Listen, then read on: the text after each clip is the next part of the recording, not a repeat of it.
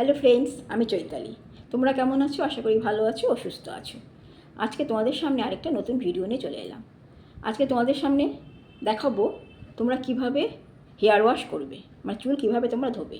আমরা সাধারণত জানো চুলটা শ্যাম্পু করেই ধুই, কিন্তু আমি যেটা দেখাবো তোমরা শ্যাম্পুর সাথে আর কী কী উপাদান মিশিয়ে চুলটা শ্যাম্পু করবে, যেটা করলে তোমাদের কী কী উপকার হবে।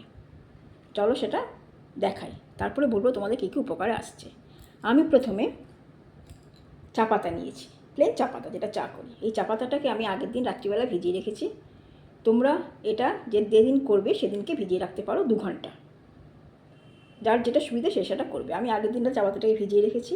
তোমরা যেদিন করবে সেদিনকে সকালবেলা 2 ঘন্টা চা পাতাটাকে ভিজিয়ে রেখে দেবে। এই যে চা পাতাটাকে আমি ভিজিয়ে রেখেছি। এইবারে এই চা পাতার সাথে আমি কী মেশাবো হচ্ছে মেথি, কালো জিরে, পেঁয়াজের খোসা, তার সাথে থাকছে আদার রস, শ্যাম্পু তো থাকছেই। এবারে কিভাবে তোমরা করবে, প্রথমে আমি এই চা পাতাটাকে যেটা ভিজিয়ে রেখেছিলাম সেই চা পাতাটাকে একটা বাটির মধ্যে নেবে। চা পাতাটা জল শুদ্ধ নিয়ে নেবে, নিয়ে এর সাথে আরেকটু জল মেশাবে, যাতে ফুটলে তো চা পাতাটা শুকিয়ে যাবে জলটা। যে জলটা ভিজিয়েছো তার সাথে আরও একটু জল নেবে।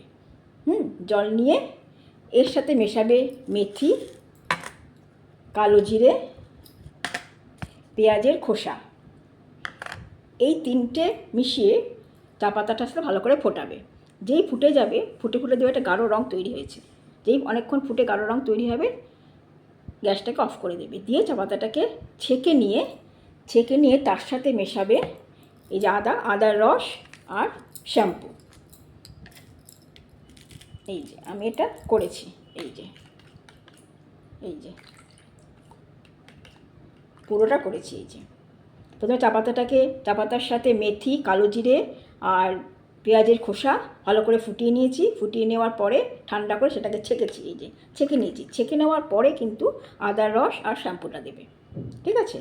তাহলে এই যে করার পরে এই যে এটা হলো। এইবারে এইটা দিয়ে তোমরা আগে চুলটাকে ভালো করে ধুয়ে নেবে। ধুয়ে নেওয়ার পরে এই জলটা দিয়ে যার যেটা চুলের মাপ সেই অনুযায়ী তোমরা জলটা নেবে। যার ছোটো চুল সেভাবে নেবে, যার বড় চুল তার সেভাবে নেবে।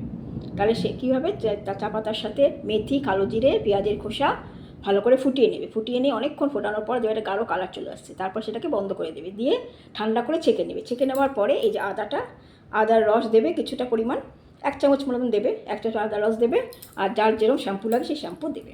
দিয়ে ভালো করে মিশিয়ে নিয়ে এইটাকে চুলের মধ্যে যেরকম শ্যাম্পু করো সেরকম শ্যাম্পু করবে। প্রথমে চুলটাকে কিন্তু আগে ভালো করে চুলটা ধুয়ে নেবে।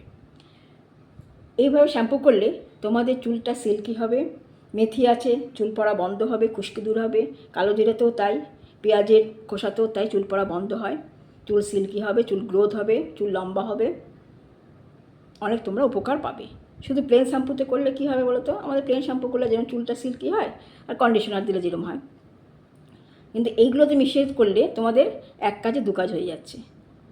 শ্যাম্পুটার সাথে যদি চা পাতার সাথে যেগুলো সব ফুটিয়ে নিয়ে শ্যাম্পুটা দাও, আর আদার রস দিলে চুলের ইনফেকশানটা দূর হয়। চুলে যে ইনফেকশান থাকে স্ক্যাল্পে, সেই ইনফেকশানটা দূর হয়ে যায়। তাহলে তোমরা এইভাবে শ্যাম্পুটা করো, তোমরা আশা করি অনেক উপকার পাবে। আজকে এই ভিডিওটা এখানেই শেষ করলাম। আমার এই ভিডিওটা ভালো লাগলে লাইক করো, কমেন্টস করো, সাবস্ক্রাইব করে দিও, শেয়ার করে দিও। তোমরা ভালো থেকো, সুস্থ থেকো, সাবধানে থেকো ও অনেক আনন্দে থেকো। টাটা।